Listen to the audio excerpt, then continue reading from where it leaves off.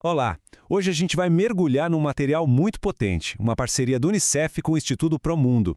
Ele mostra de um jeito muito claro como o racismo afeta a vida das crianças desde o comecinho.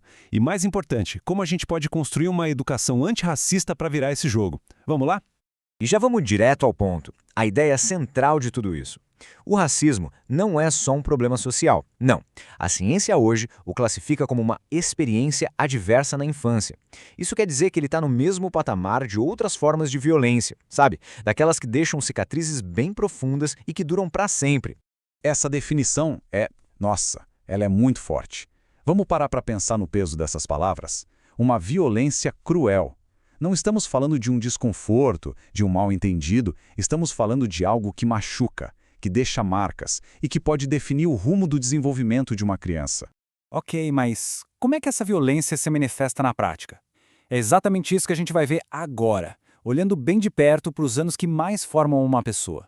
Pois é, o impacto mais profundo dessa violência constante é o que a ciência chama de estresse tóxico. Tenta imaginar o sistema de desenvolvimento de uma criança sendo sobrecarregado dia após dia. As consequências disso nem sempre são visíveis a olho nu, mas por dentro elas são devastadoras.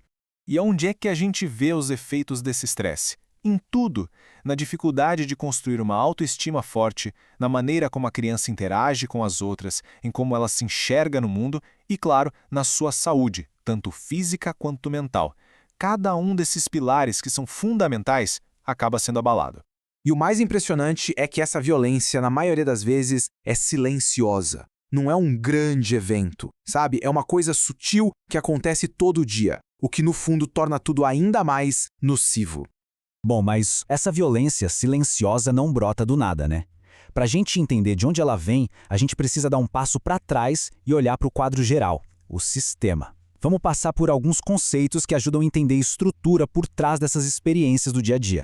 O primeiro conceito é o de racismo estrutural. Aqui, a gente não está falando de uma pessoa ser preconceituosa. A gente está falando de como a sociedade inteira, suas regras, suas instituições, foi montada de um jeito que, querendo ou não, acaba favorecendo um grupo e prejudicando o outro. Daí vem o conceito de branquitude.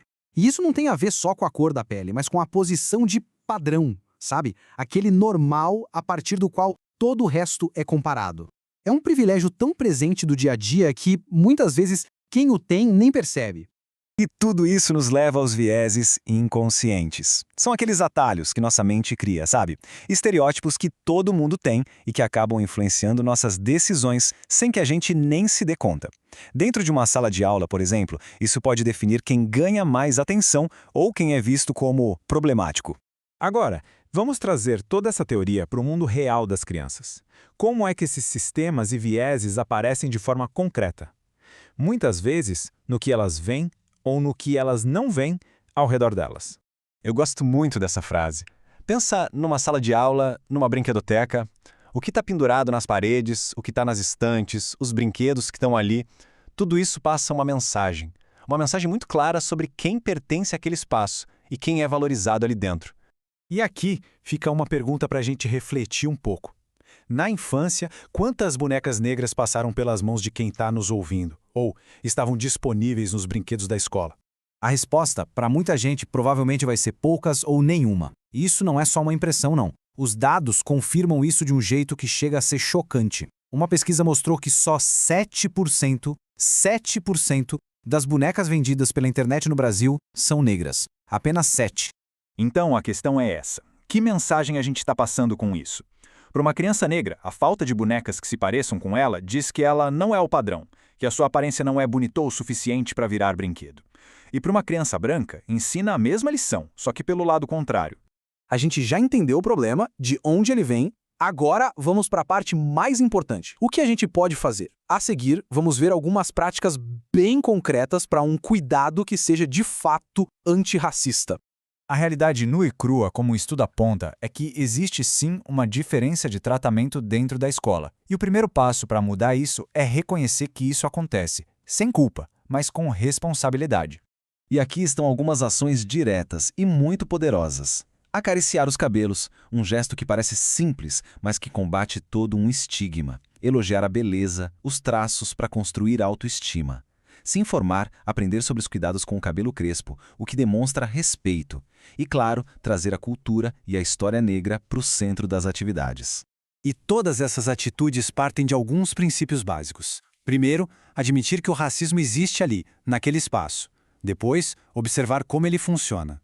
Lembrar sempre que a necessidade de carinho, de afeto, é igual para todas as crianças. E, por fim, entender que acolher cada criança na sua totalidade não é uma opção, é um dever. E tudo isso que a gente conversou é o grande objetivo do projeto PIA, a Primeira Infância Antirracista, que é a fonte desse material. Uma iniciativa que quer transformar a teoria em prática, no dia a dia, para construir bases mais justas desde o comecinho da vida. Para a gente fechar, fica essa provocação. Porque essa luta por uma educação antirracista não é só sobre consertar o passado. É sobre a gente decidir hoje que futuro queremos construir. Um futuro onde toda criança, sem nenhuma exceção, tem a chance de crescer e florescer por inteiro.